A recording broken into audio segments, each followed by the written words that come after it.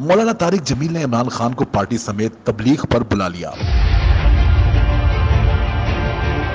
3 रोजा तबलीग कप्तान के लिए फायदेमंद होगी, तारिक जमील का दावा।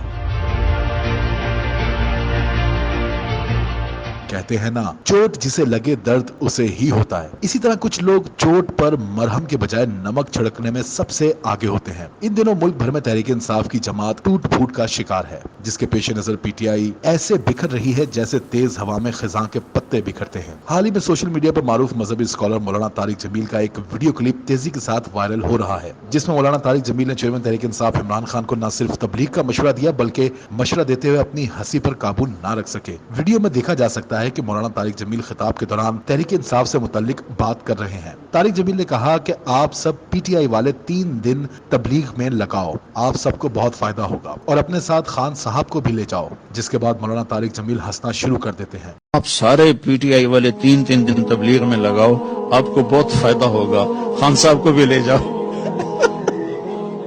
वाज़ेह रहे कि तारिक जमील काफी अरसे से इमरान खान की हिमायत की वजह से मुसलसल तनकीद का निशाना बनते आ रहे हैं, और एक मौके पर तो उन्हें इमरान खान की हिमायत की वजह से कौम से माफी भी मांगना पड़ी थी।